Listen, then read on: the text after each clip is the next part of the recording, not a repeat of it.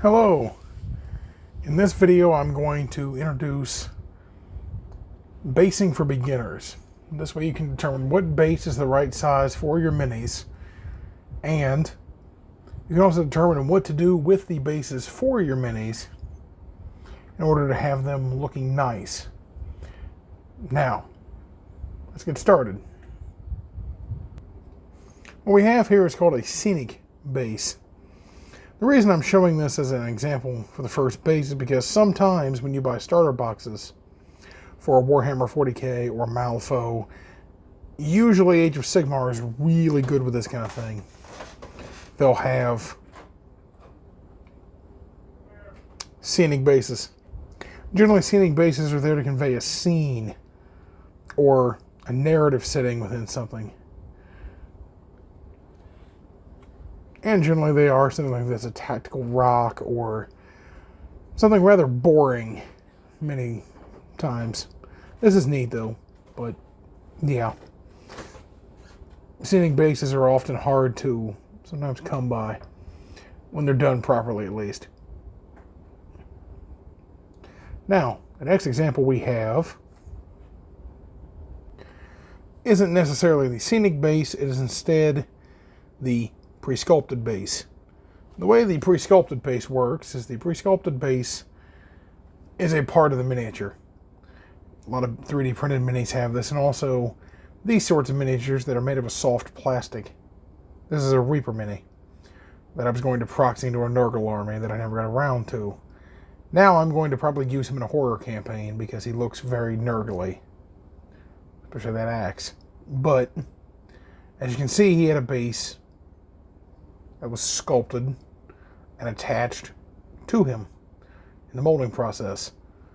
What I did is I then put him in a slotted base that fit perfectly the diameter of the base that was already on him to give him a little better footing and also make it to where he fits within a perfectly 1-inch square. Since the squares on your cutting mat are exactly 1 inch. 1 square inch. Which is perfect for measuring bases for tabletop gaming. Now let's go over the variety of bases you'll see throughout your hobby. Here's an old Warhammer base. Something that Games Workshop has strayed away from in recent years. It's a slotted base, also known as a slotta base, where the miniature attaches with a little bar attached to the foot. Generally, this was originally designed when Games Workshop was using a lot of pewter models. Many of these pewter models would have slotted pieces of metal across their feet that would slot into a base. You'd glue it down from there. Generally with plastic, it's not needed since you can attach a plastic model to a base very easily.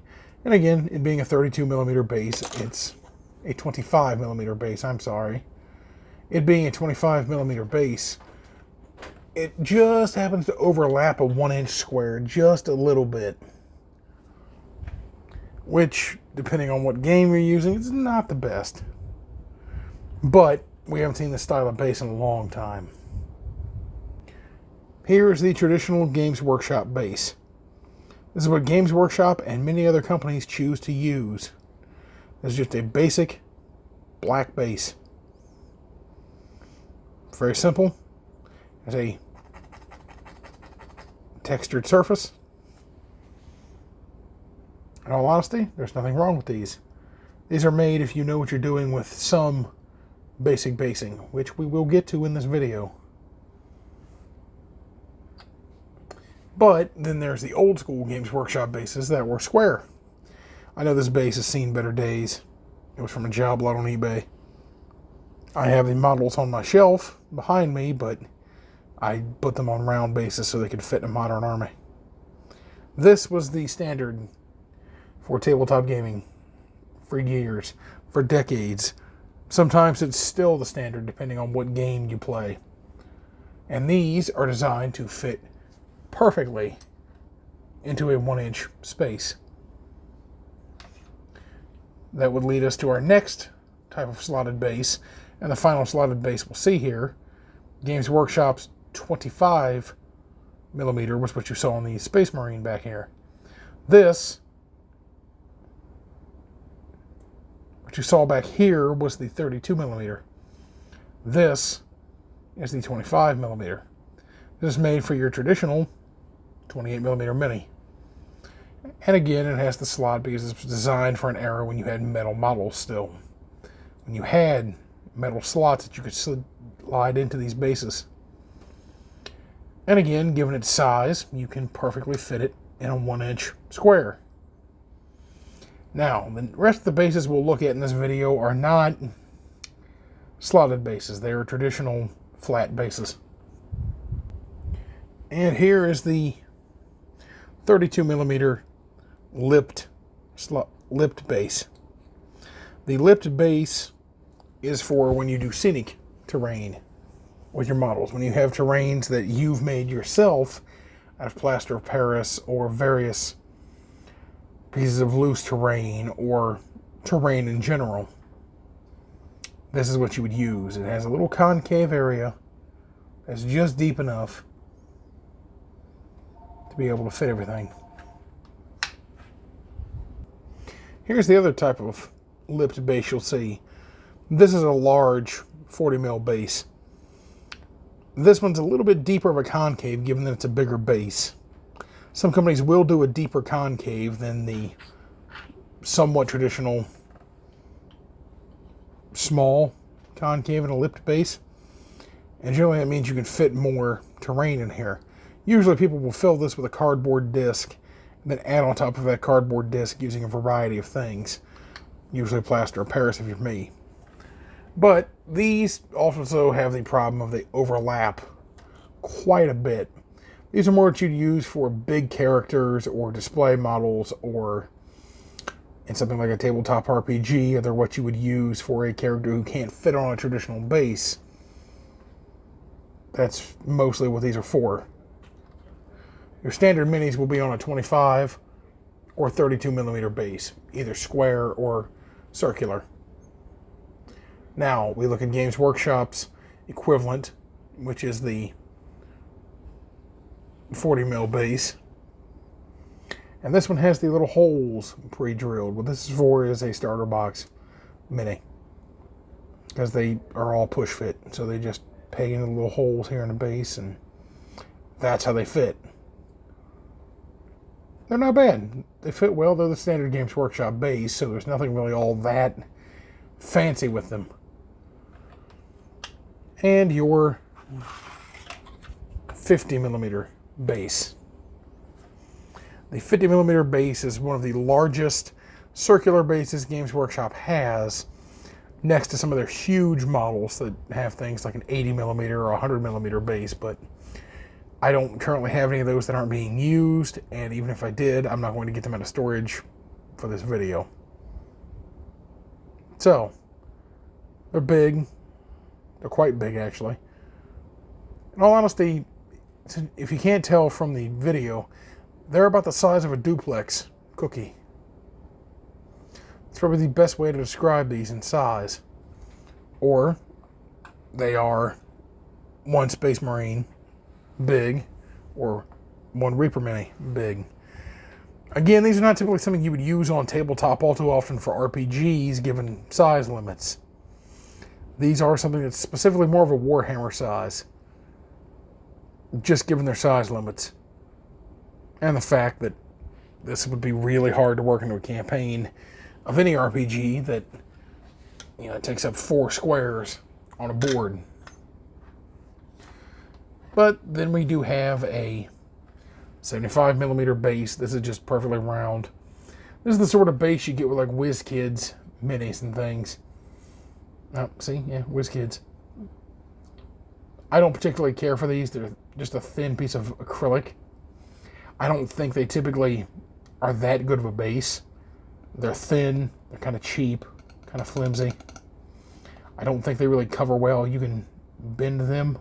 You shouldn't be able to bend your base that easy. So, yeah, these are more like an afterthought than anything else. These are if you don't have any bases this big, or you don't have any bases left, you use these. There's also the 25 mil equivalents of them, which look like something you would get with a board game. They're quite thin. They look like a little plastic coin. They're small, very small. They're something I don't typically use. I leave them just lying around in my toolbox just for becoming base inserts to other bases. Because, yeah, they're quite bad. I mean, I don't know if you can hear that, but they're made of a very thin material that, in all honesty, isn't that great. They're not that stable either. But they do fit within the parameters of a square. And now we'll get on to the weirdest bases you'll probably encounter. The oblong base. The oblong base is simple. It's made for cavalry or mounted units. Not all units have access to these, and not all units use these in Warhammer. Especially in Age of Sigmar, you would have more of your chariot units or horses or something like that using these bases.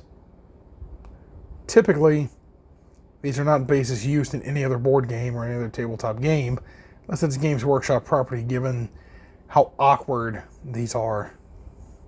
And the fact that these couldn't serve a practical use on tabletop, given the fact that they take up several squares, and there's no good angle to put them to where they're not going to look cumbersome. Then we have the even bigger oblong base, which is made for even bigger mounted units. Again, like chariots, black coaches, things like that. As a comparison, here is the standard oblong base inside the larger oblong base. There's quite a difference between them. Both have their benefits, but both in any other tabletop setting, unless it's a display model, are relatively useless. Now, next part of this video, we will determine what base size is right for your model, and determining if a model needs a base or not. I've got a variety of miniatures, varying in sizes and widths, to show what you should do for picking out a base size for your models that's going to fit properly. We're going to exclude this blade guard here, since he's already got a very nice scenic base with him. And we're going to exclude this boy here, since he's already got a base as well. The ones we're going to choose are the ones that are not on a base, like this Orc Chieftain and this Druid and that Grim Reaper over there. So, as you can see, he's already on a sort of base. Traditionally, what he would come with, since he's a WizKids mini, is this flat circular base, which ultimately isn't horrible, but if you're wanting him to blend into a certain scene or blend into a certain theme on your tabletop setting, this isn't ideal. What I would usually go with is either a round equivalent of it in the same size, but with a lip that's raised that gives you more surface area, a square version, and a little bit bigger, from 25 to 30 mil. The 30 mil giving you more room to add terrain and to make things a little bit bigger. And it helps balance them out properly. You never want anything overhanging the model too much. You never want the model to overhang the base that much. This is about perfect, where you have parts that are overhanging, but it's not enough that it's going to get caught on terrain or caught on various parts of the mini. Now, you can also trim off these little thin bases and just stick them on any base you see fit. Now, something like this big guy here, well, that's where you run into some problems. Because something like this is too big. Something like this is way too small. He already has this base. This is something I would go ahead and cut away. Because of how thin it is, it really isn't there for support for the Mini. It's there to support him if you don't put a base. If you put a base, you don't need this. Generally, I would go with something around this size. Generally because it's just perfect enough. Just big enough. I would probably go a lipped version of it. Just because I think it's a little better aesthetically. Fits the model better. You can do more scenic terrain with it. But if you're a beginner, you can just slap him on a standard base like that and he'll look great. Of course, you would want to remove this base that he's on with some careful trimming. But other than that, he would look great. But what about something this thin and small? He's quite smaller than all the other Minis around him. And he does have a good center of gravity. He can support his own weight. He typically wouldn't need a base. But for demonstration purposes, I'm going to show one anyway. Something like this, well, it does fit him in size. Parts of the feet and the axe blade and various other things are hanging off the model. Hanging over the edge of the base too much for it to be a usable base. Here, you don't run into that, but you also don't have any room for anything else. But you may opt to do this. I might too. Something like a traditional 25mm base, while he does fit on the base better and fill out the base nicely, he's a very thin model. This may not be ideal, but this is the only base where I can say it looks perfect for him, given that nothing's overhanging and I have plenty of room to still work with. Same rule applies with the lipped equivalent, which is probably the one you'd want to go with given his size. Now, that you know what these bases are good for and how to judge the size of the base for the Mini, what can you do with them? I'll give you some simple techniques on how to get some bases looking good. Don't go anywhere. So, many times you'll find hobby companies like Games Workshop make something called a technical range or a basing range. This is Citadel's basing range known as Valhallan Blizzard, part of their technical line used for basing or adding rust effects or things like that. There's a variety of paints they make and a variety of products that do certain things. Well, this is for us to create snow effects on a base. I'm going to show an example using one of these, since it'll be the easiest to show. Now, these you do want to shake up well, since there's a lot going on inside these. But if you can see in there, it looks almost like a shredded styrofoam. You don't need one of these, by the way. You can use any variety of sculpting tool or silicone brush or even a paintbrush. You can just scoop out what you need and it looks like snow. I, of course, had a little bit drop on me. That's fine. But you just want to take your base and you're just going to take the Valhallan Blizzard and just spread it around. What you're going to wind up getting is the effect of snow. Piles of white, fluffy snow. Don't worry about going heavy-handed with this either. The heavier you go, the better it looks, in my opinion. I need a new can, probably. This is starting to get a little bit old.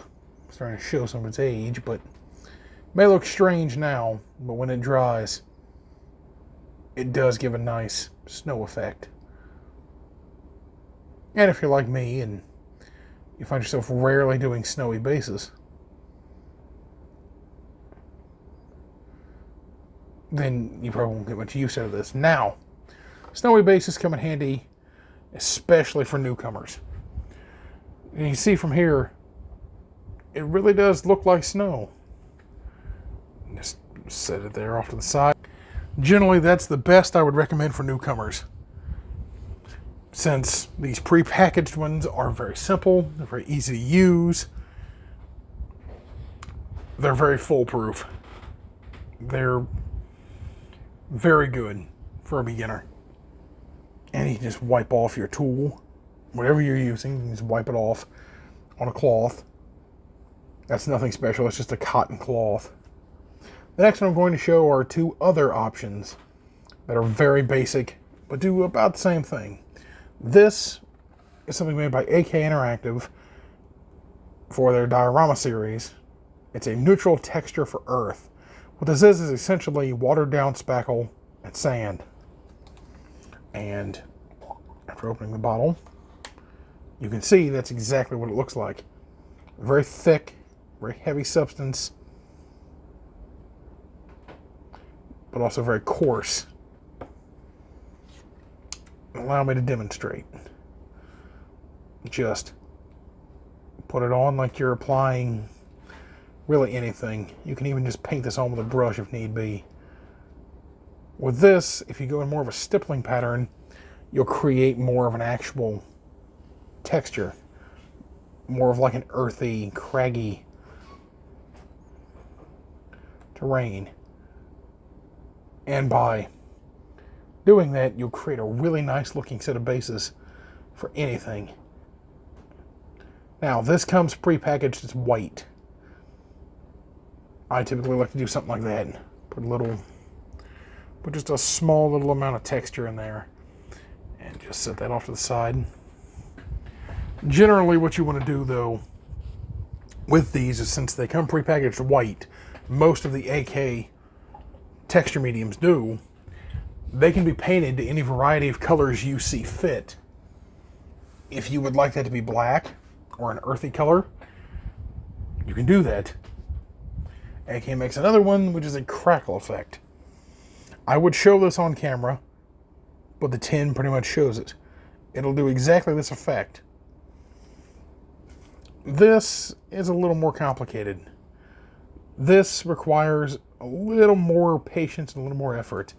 This is almost like a paint that you would put onto the surface of the base, and then it would wind up, as it dries, cracking and creating an effect of dried, arid earth. It's a good thing in practice, but it's very, very, very hard to work with for newcomers because it has a tendency to flake and chip. And that's something no newcomer wants to really deal with. Now, I'll show you on two bases, two different ways of doing loose texture that are very easy. The first one we're going to do is a dark battlefield earth that we can get from any tabletop game company or from any hobby shop in the model railroading section. We're going to use this first, and we're going to use the same thing, but a sand variety. This is essentially just Elmer's glue. You can buy this from, again, any hobby shop, and it'll look something like this, especially Woodland Scenic's version. Or you can buy it from any supermarket because it's Elmer's glue. So, what you want to do is just get it where you need it.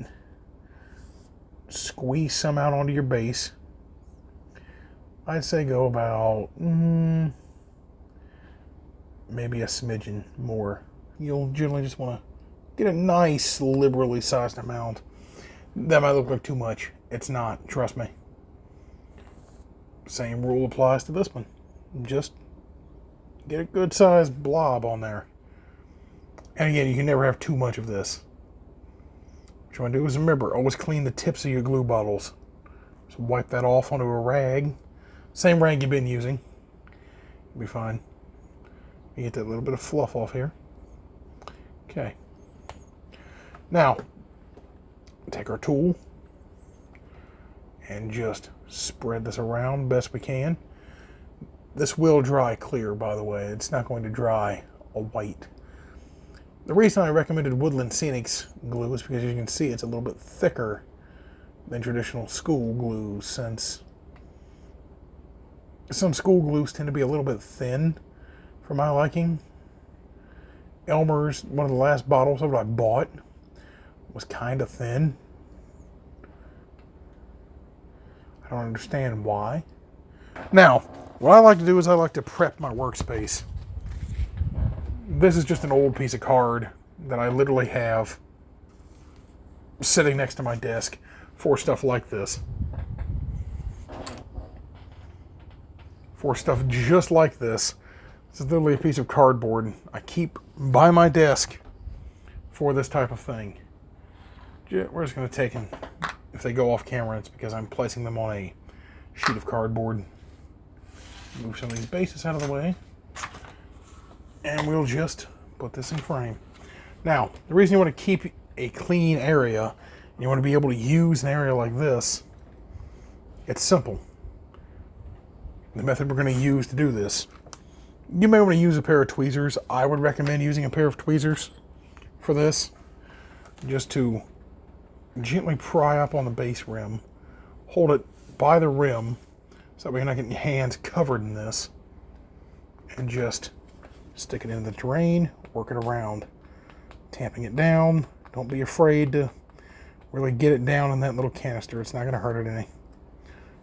And wipe off what's on the base rim with a finger. What you're thinking, oh, I'm going to get my hands messy. Yeah, probably. That's what the cardboard's for, though. Don't worry about overshooting the glue either. It'll dry clear. And just compact some of it in there. And there you go. You've got a sand base. You can use a sanded base for a variety of different things. Coarse, heavy sand. Could be an alien planet. Could be a beach. Could be either one. Put a little bit of a brown wash over this. Maybe add a few tropical tufts, and there you go. You'd have a perfect base. And most base companies do make tufts. I showed that in the last video that they do make a tuft for pretty much every occasion. You can buy them in any variety of colors, shapes, sizes, you name it. Now, we're going to set this off to the side to dry. We're going to always put your lids back on these. You don't want to spill this. You don't want loose little granulars all over your desk, especially when you have air compressors and everything else. This one, same way. We're going to just pick up the base, tilt it, drop it in, and work it around. I'm going to work this one around a little more, this time with just my fingers. And do the same thing we did with the other one. And there we go. There's a coarse earth base. And again, that's one of the easiest methods you have, really, for creating consistent bases, because there's no way to mess that up. It's super simple, super effective, and it works in a variety of ways. Out of the variety we've talked about here, these three are the ones I would recommend. The AK natural texture terrain, the coarse earth texture, and the sand texture are the ones that I would recommend for any newcomer who wants to try to create an effective looking base in next to no time. In the next video, I'll be reviewing God Hand Nippers, and I will also be doing a in-depth look at all tools you will need as a beginner in the hobby. I hope you'll come back and you'll enjoy this, and please subscribe. Thank you. I'll see you in the next one.